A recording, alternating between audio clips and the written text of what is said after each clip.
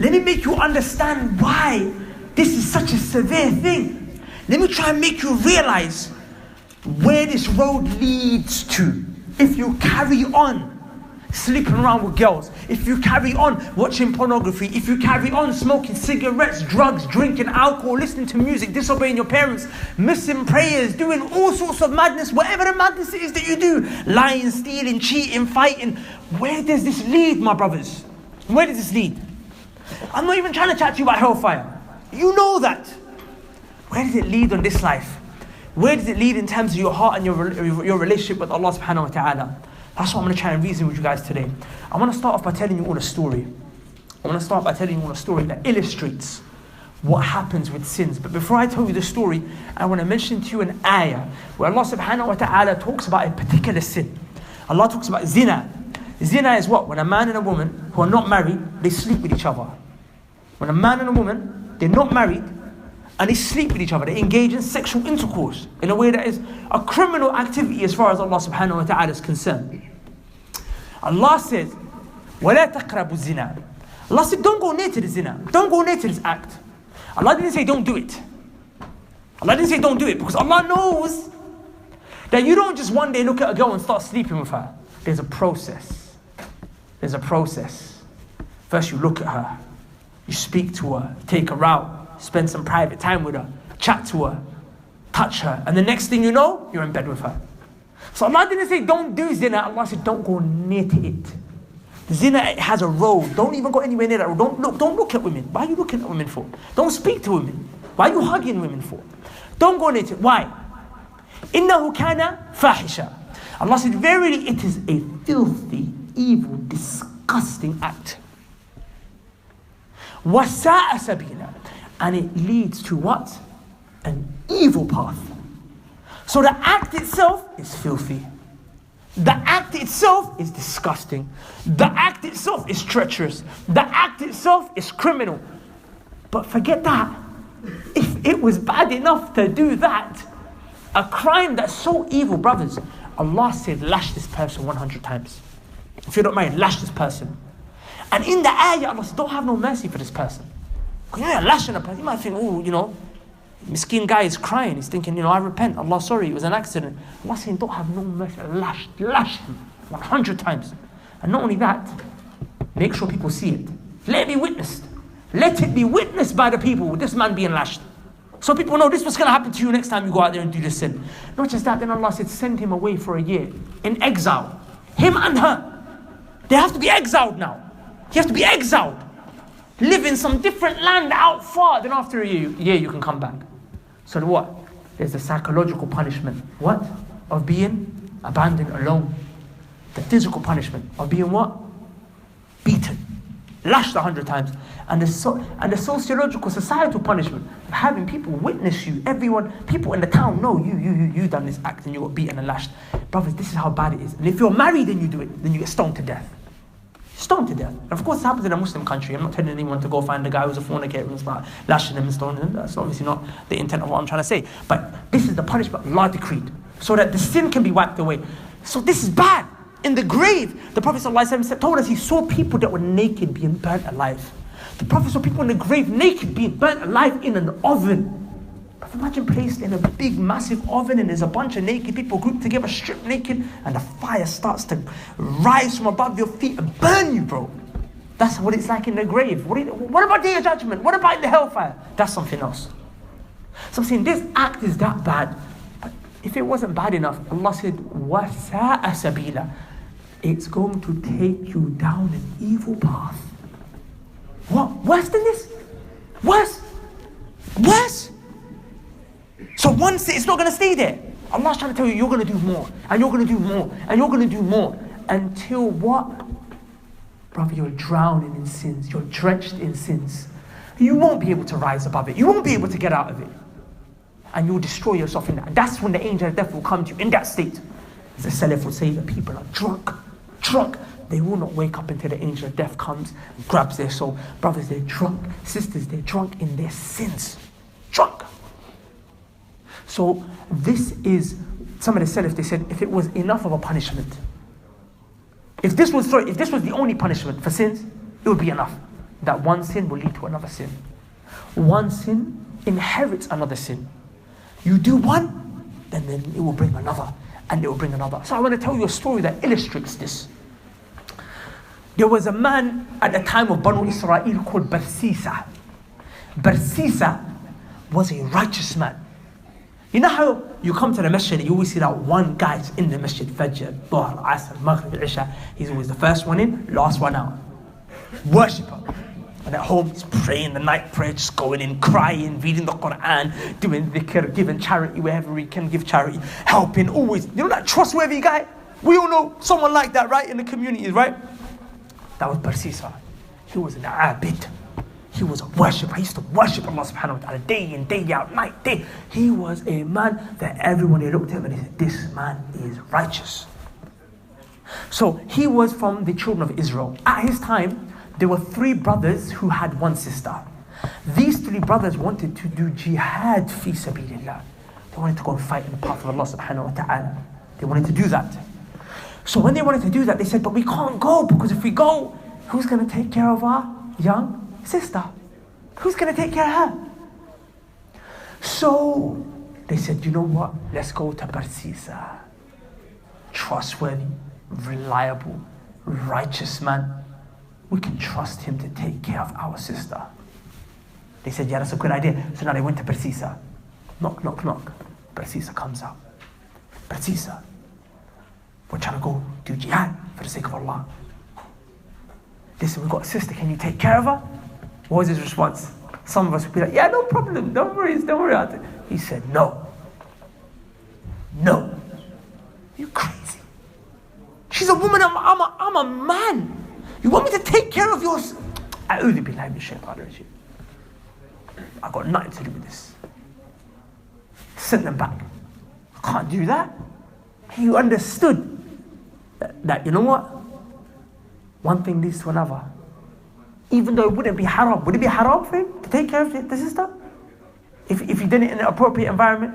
Because they weren't even trying to say, like, let her live in your yard. Like, they'll put her in a yard separate, a house separate. So just feed her, just watch over her, just so we know she's okay. Would that have been haram for him to do? No.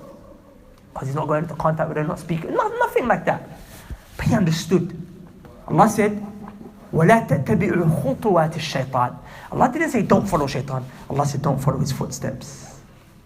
Shaitan doesn't grab you by the hand and say, hey, yo, listen, become a drug dealer today. Shaitan doesn't grab you by the hand and say, listen, fornicate today. Shaitan doesn't grab you by the hand and say, become a compulsive liar today. No, shaitan, what does he do? He makes you walk down a certain path. And then when you're walking and following his footsteps, suddenly next thing you know, you're in that situation, surrounded. So he said, nah, I'm not having this. Go find someone else. I don't want no involvement. Okay, the brothers went back sad, heartbroken, stressed. They want to do this great deed. They want to go in the path of Allah subhanahu wa ta'ala. But who's going to take care of their sister? So they go back thinking we don't have any hope. But what happens? Iblis, Shaitan, he comes to Barsisa. He whispers to him. Obviously, Barsisa thinks this is his own thoughts. Right? It's his own thoughts. But that Shaitan, he's just whispering inside of his chest. He said, Barsisa, what are you doing? Look at the way he played with him. He said, what are you doing? He said, these brothers are trying to do a righteous act. They want to go to do jihad for the sake of Allah. And you're stopping them when all you have to do is watch their little sister. And you don't even have to come in contact with her. You can place her in a house across the road, never speak to her, never see her. All you have to do is put food outside the house. Let her know, listen, eat. That's it. Keep it moving. Make sure she's safe until they come back. But you're out here trying to stop these men from doing a righteous deed? So now Perseus thinking, yeah, for real, like, that's not that bad. That's not that bad. So he calls the brothers back. He said, listen, I got an idea. I'm going to place her in that house over there. I'm not going to see her. I'm never going to speak to her.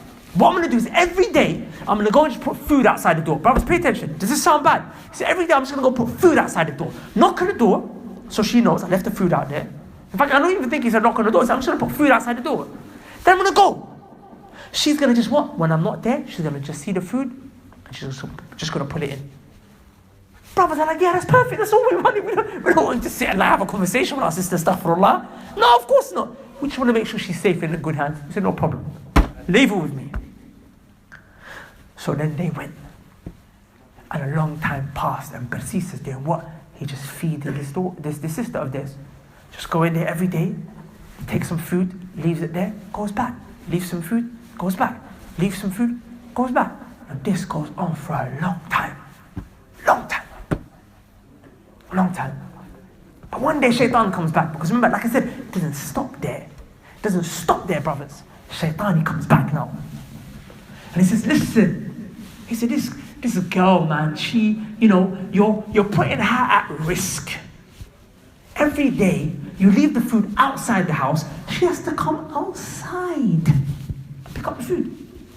Why don't you leave the food inside the house? When she comes out, anything can happen to her. Someone could rob her, rape her, mug her. She's not got her brothers here. Just go take the food and put it inside the house. Tell her to stay in the room inside, so you still don't ever see her. Just open up the door, leave the food in the house, and then leave. And then she'll come out of the other room, pick up the food. Sounds alright, right? Shaitan's reasoning with him. He's reasoning with him. So he says, no problem, I'm going to do that. So he says to her, listen, stay in the other room. Calls her from outside, stay in the other room. Goes, puts the food inside, comes back out. And this happens every day. Puts the food inside. He leaves, then she comes out and she grabs the food. Puts the food inside, she's in the other room. When he leaves, comes back out. She comes and she grabs the food. This goes on for a long period of time. This goes on for a long period of time. Shaitan comes back to him. Shaitan doesn't leave you, brothers. Once, when you walk his footsteps, Shaitan will not leave you until he takes you to the hellfire. Brothers, pay attention. Shaitan will not leave you until he grabs you by your face and he drags you with him into the hellfire. Shaitan comes back to him and he says, listen, her brothers have been gone for a very long time. They could even be dead. They may never come back. She has no family, no friends, no one. She's been living in complete solitary confinement. Have a conversation with her. Ask her if she's okay. Speak to her. How are you doing? She might need something. All this time you're just giving her food. She might need something. You've not even asked her if she needs something. Is she okay? So Princess says, okay, you know what, here's how I'm going to do it. When I go in and I put food in the house and she's in the other room, I'm going to speak to her through the room. I'm not going to go to her. I'm still not going to see her face to face. But he's doing a lot better than some of us would. Some of us, I would be like right now, it would have been a different situation. But at least he's trying to, he's pacing himself. He says, listen, you go inside the other room. When she's inside the other room, he goes to the wall, he speaks to her through the wall. Are you okay? She responds, yes, I'm fine. Do you need anything? No. Whatever the hell their conversation was. So now look, Shaitan got him from what? Outside the house to inside the house. Now he's speaking to her. But Shaitan won't leave you alone. Shaitan came back again until he made him go inside the room. Shaitan came back again until he made him touch her. Shaitan came back again until he made him sleep with her. They engaged in zina. They fornicated. They slept together. Pause. I want you to picture your most local, most righteous guy in the masjid. Barsis was better than him. Can you imagine that brother that you think, this righteous brother, right now in between another girl's legs on her bed, in a room, private? Can you imagine that? But that's what Shaitan made this man do. He made him slip a slip that was mighty. But look, Shaitan paced himself. He paced himself. But the story doesn't stop there. After he slept with the girl finds out she's what? She's pregnant. She's pregnant. 9 months go by, she gives birth. But Caesar's losing it. He's thinking, what? Because what's the punishment for sleeping, huh? What's the punishment for fornicating? Are you going to get it, right? If the people find out that he slept with this woman and he has not had a child with her, he is finished. So he's thinking, this child is one day going to grow up. I cannot hide this child forever. So Shaitan came to him again. Shaitan said, listen, you know what you have to do, right? Kill the baby. Kill him. But he says, yeah, I have to kill him. For my own reputation, I have to kill him. For my own sake, I have to kill him. Did I not tell you that Allah said, zina is a filthy act and it leads to a evil path? What could be worse than zina? Zina, fornication, illegal sexual intercourse, brothers. This is the third worst sin a person can do. What's worse than that? The second sin after zina is murder. And murder is of types. Not all murder is the same. Murdering is bad, period. But then murdering a believer is worse than murdering a disbeliever. Murdering a child who's innocent is worse than murdering an adult. This is not homicide. This is called infanticide. Infanticide. So he went and he killed the baby. And he buried the baby inside of the house, inside the room. But is it going to stay there? Brothers, Shaitan won't leave you. Shaitan came back to him and he said, you just killed this mother's baby. Do you think she's going to stay quiet? Do you think she's going to be silent? He said, nah, she will not be silent. Now, you know what you have to do, Barsisa, right? What do you have to do? You have to kill her. Kill the girl. So Barsisa goes into the house where he just fornicated with her, he just slept with her, he just killed this baby that came because of his fornication. He now goes and he kills the girl. He kills the girl. What does he do? He buries her inside the house, the room where he buried the baby. Buried her. And what does he do? Look how hard the heart became. He's not repenting. He's not remorseful. He's not crying. He went back to his life, pretending to be the righteous guy. Time passed. This girl had how many brothers? How many brothers? 3. The 3 brothers came back. The brothers came back, and what did they do? They came back and they came to Barsisa. They said, listen, bro, we're back. We done what we had to do. We're back. Where's our sister? He goes, oh, I got bad news for you guys. He said, your sister, she got sick. May Allah have mercy on her, she's dead. Yeah, bro, she died. She's dead. They're like, what? Wow. Where's she buried? He had created a fake grave. He took them to it. He said, look, right here, where she rests. May Allah have mercy on her soul. May Allah forgive her sins. That's your sister, bro. Make that for her, you know. She's gone now. The Prophet's emotional. Wow, baby sister's dead. Anyways, they go back to their house. What can you do? She's dead, huh? That night when they went to sleep, Shaitan came to them in a dream. What was the dream? They woke up in the morning and they were sitting together having breakfast. And one of them says, listen, I had a weird dream last night. I had a bit of a funny dream. So basically in my dream I saw that Barsisa actually murdered our sister. He murdered her child as well. And he buried them inside of the room where she was staying in the house. The other 2 brothers are like, yo, we had the same dream. We saw the same thing. They said, okay, this sounds like it might be serious. You know what? Let's go to Barsisa now. Tell him, take us to the house. So they grabbed him, took him to the house, into the room. They dug up the grave. And they saw there was their sister buried with her baby. So they caught him. Now what happens? He's a murderer and a fornicator. He must receive the death penalty. That's what the Sharia stipulated.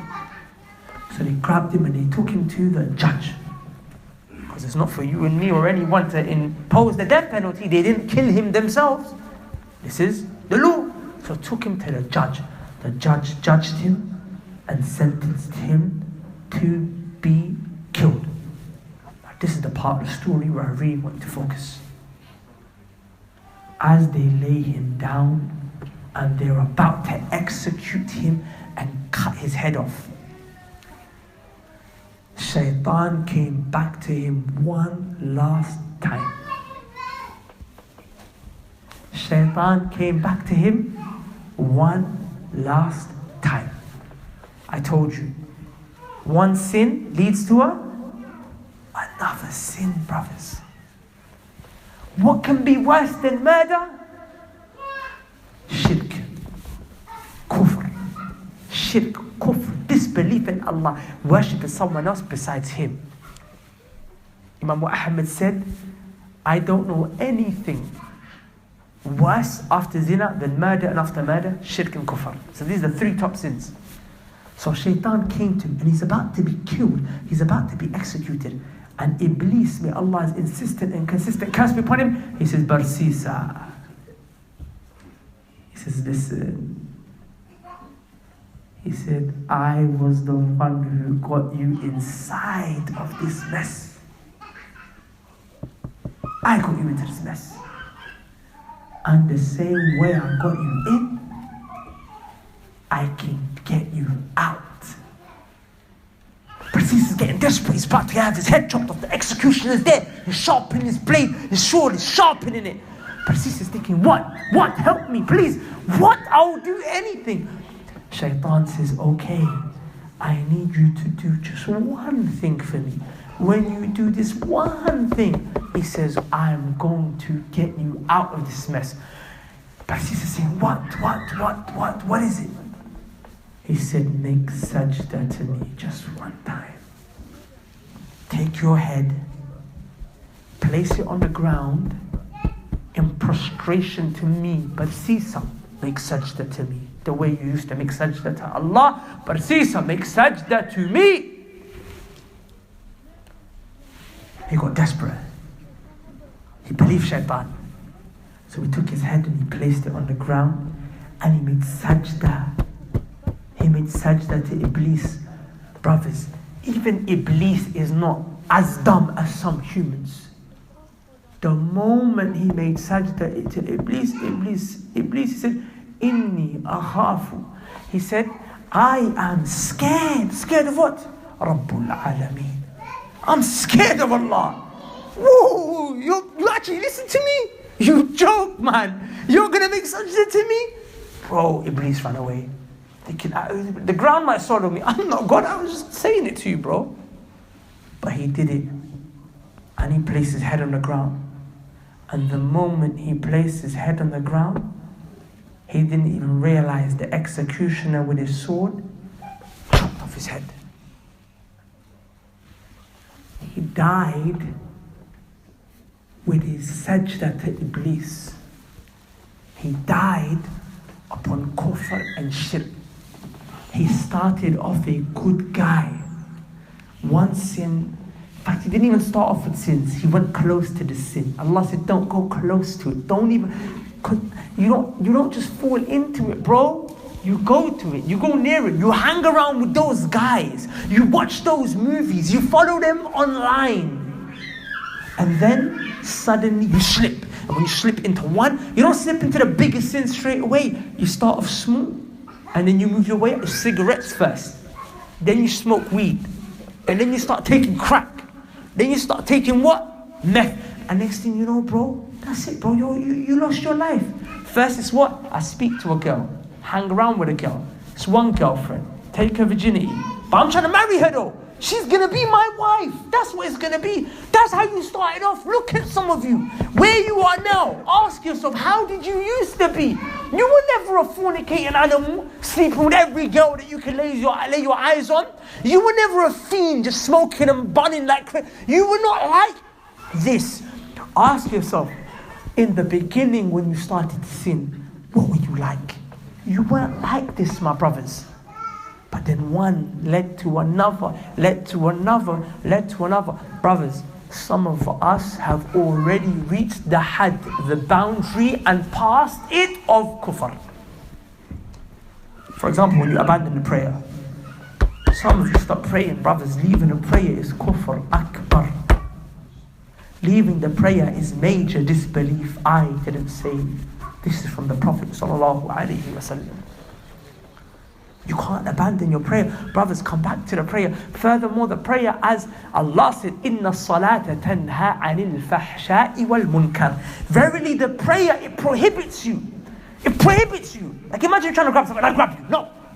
The prayer grabs you, prohibits you, pulls you back from فَحْشَاءِ وَالْمُنْكَرِ. Fahsha is what Allah said zina is. Zina, fahsha, filth, disgusting, evil. Munkar, evil acts. It stops you from this. But you left off the prayer, bro. Come back to the prayer. Come back to the masjid. Brothers, is there a better time to start than the month of Ramadan? Is there a better time to start than the month of Ramadan? So I'm begging you, my brothers. At least, I'm not even going to come here and say to you, change your life. Grow a beard.